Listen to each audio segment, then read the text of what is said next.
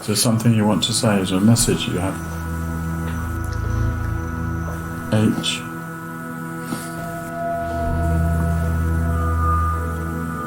T. Hate. D. Hated.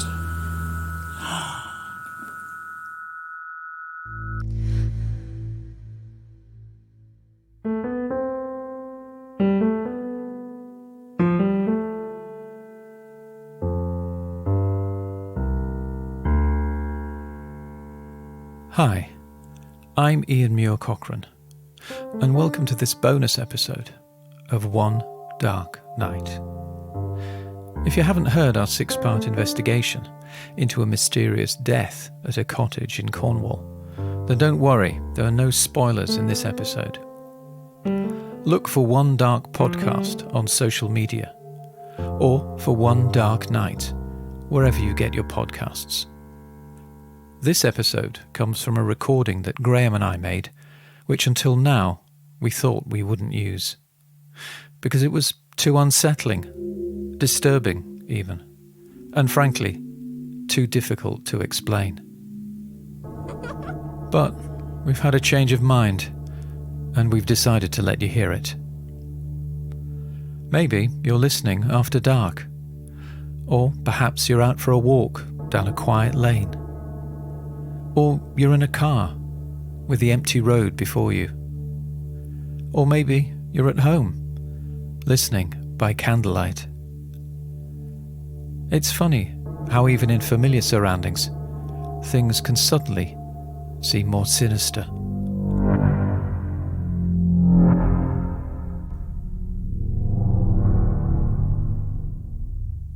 The recording of our experiment to make contact with the spirit world came about after Graham and I had seen ghost hunters use electronic devices at the cottage to try and contact the dead.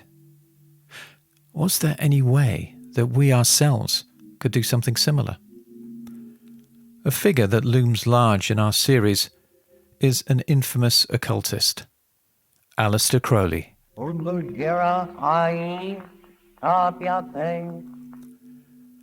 Could he offer Graham and I a way into the spirit world?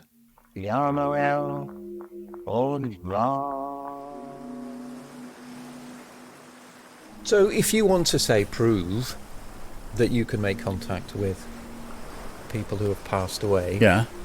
empirically, how are you going to do that? Well, what did Crowley do when he tried to do it? Well, he had various tools and methods. And which were what? What was one of his tools? I'm trying to think. Something, or Ouija? The Ouija board. Yeah. Yes, So are the you, Ouija board. Ian, of all people, Mr. Library, are you saying, let's have a go at the Ouija board and see if we can talk to some spirits? Are you? Listen, you're right. Say yes, You're right. Ian. It is documented that he used or promoted the use of the Ouija board for making contact with spirits. Yes, it's not something I've ever done. So, shall we? And having seen The Exorcist, Come on. it's Say not yes. something that I think I'd probably be very keen on. Let's have a go. But you want Let's have to, a go. obviously. Come on, let's have a go. Just say yes. Come on. Well, I think you've decided, haven't you? Let's do it. Let's do it. Let's do the Ouija board.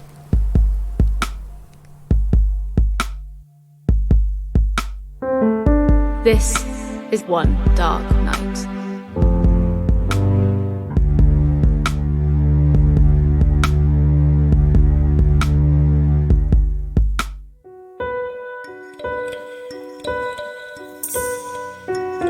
You've probably heard of the Ouija board, seen it in films like The Exorcist.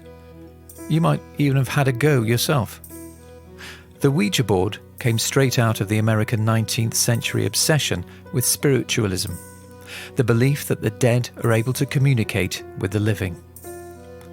Patented in 1891, it's a flat board with numbers, letters of the alphabet, and the words yes and no, and a planchette, which is the thing that moves between the letters and the numbers. Some people make their own Ouija board, and use a glass to move between the letters. Writing in the International magazine in 1917, Aleister Crowley advised people to take precautions when using this tool. A tool which has the potential to open up a horrifying portal into another world. We're about to hear the recording of the Ouija board being used. It's worth mentioning now that a couple of weird things are on the recording. While I was setting it up, I got interrupted and left the recorder running in the empty room. It was only afterwards, when I played it back, that I could hear this.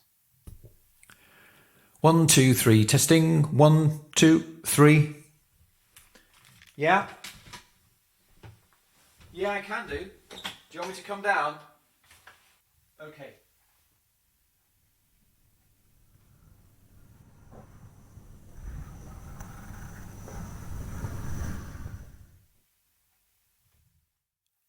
I don't remember anything having been moved when I got back, and there was no one else in that part of the house at the time. So I really can't explain what that was. The other thing that only became apparent on playback was some sort of glitch that happened a few times on the recording, which is quite unusual. It sounds like this. Did we know you when you were alive? Is there something you want to tell us? Anyway, you may hear one or two of these glitches occasionally. So here we are in my sister and brother-in-law's house, Sue and Lee, and we are, for the first time ever, going to try and have a séance. And the other people who are in the room is my mum, Marlene, and my nephew Sam, and Ian, and myself.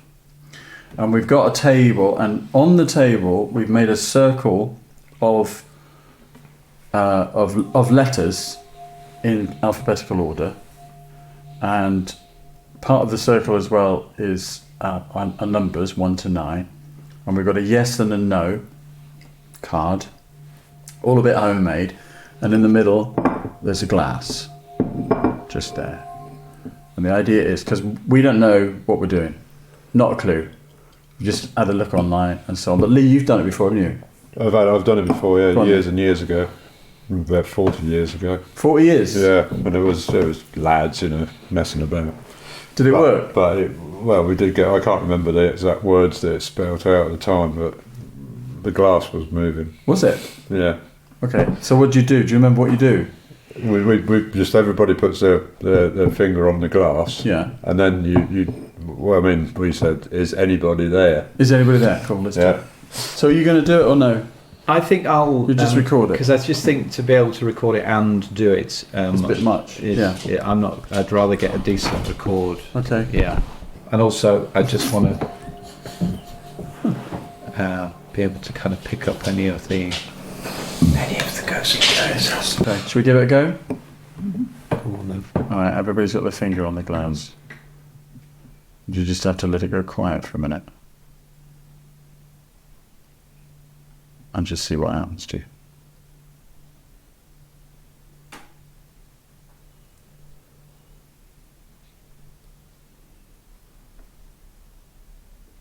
So is anybody there?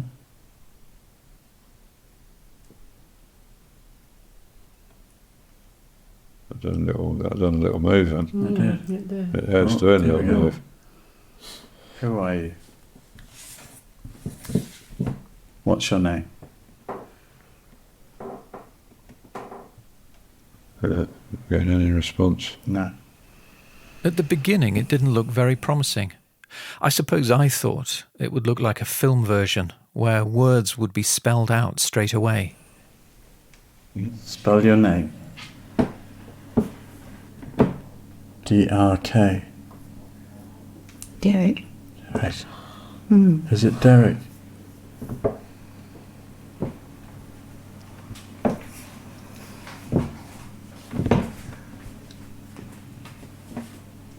I. D-R-K-T-M-X-W-G-I-Q. It's like a random series of letters, isn't it?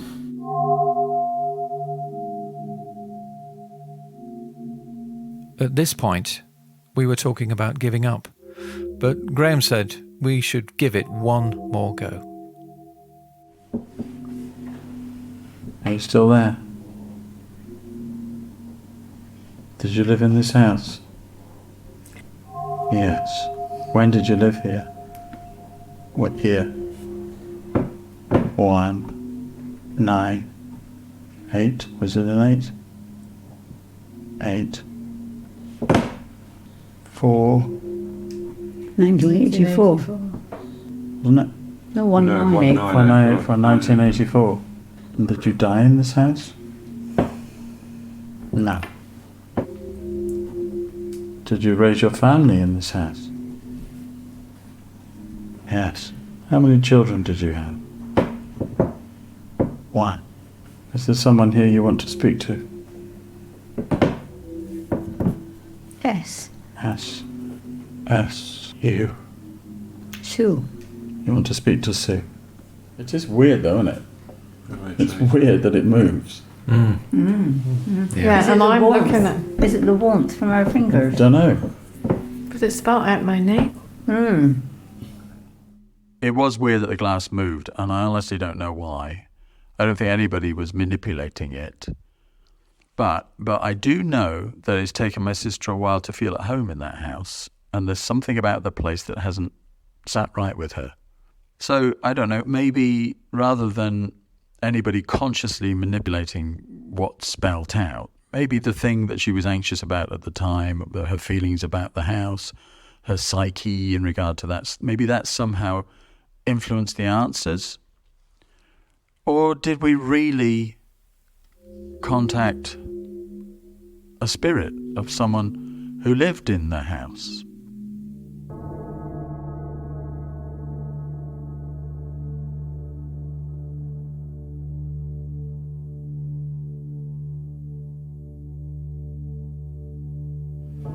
Is there something you want to say? Is there a message you have for Sue?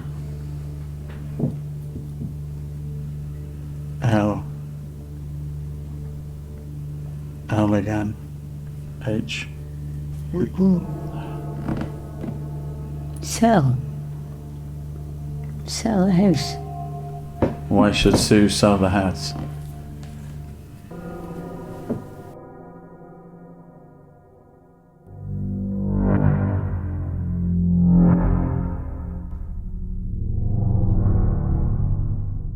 And then at this point, the mood changed. The messages took on a darker tone. H. T. A. Hate. E. Hate. Hate. D. Hated. Hated. I could see that everyone was getting a bit unsettled by this stage. But it was the next instruction that got everyone really tense.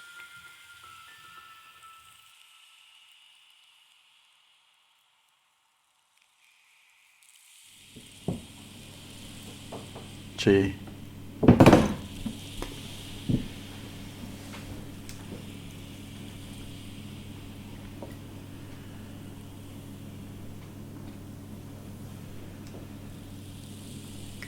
O. Go. Go. Girl.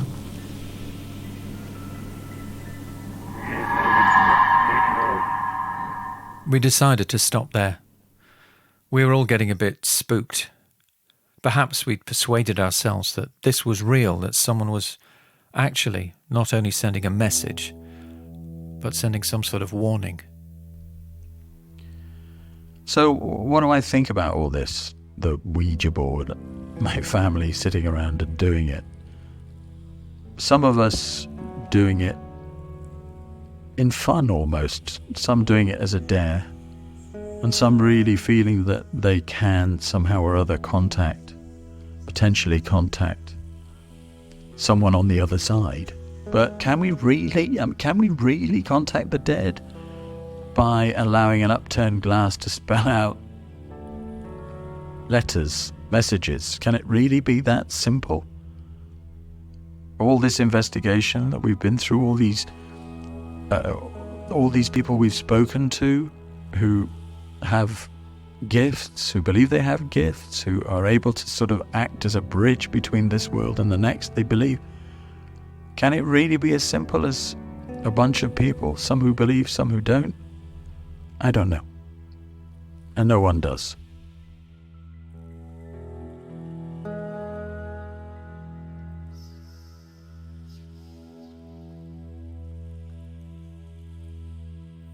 Graham's sister Sue has been asking around in the neighbourhood about the house and has found out who lived there in 1984.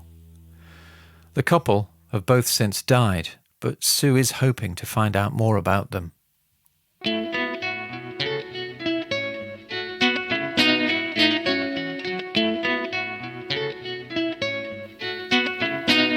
The human brain is very good at finding patterns.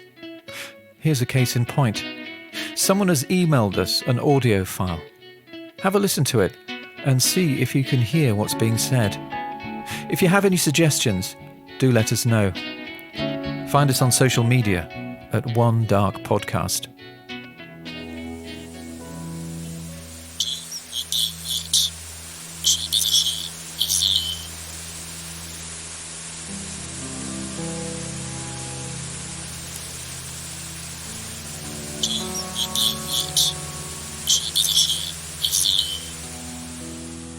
Thank you.